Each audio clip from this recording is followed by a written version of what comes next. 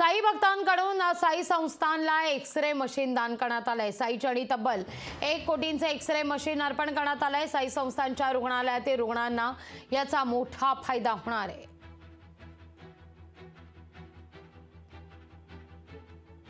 मायलन कंपनीचे चेअरमन श्रीयुत राजीवजी मलिक आणि त्यांच्या पत्नी सीमा मलिक या नियमित साई भक्त आहेत। शिर्डीमध्ये साईबाबांच्या दर्शनासाठी त्या नियमित येत असतात।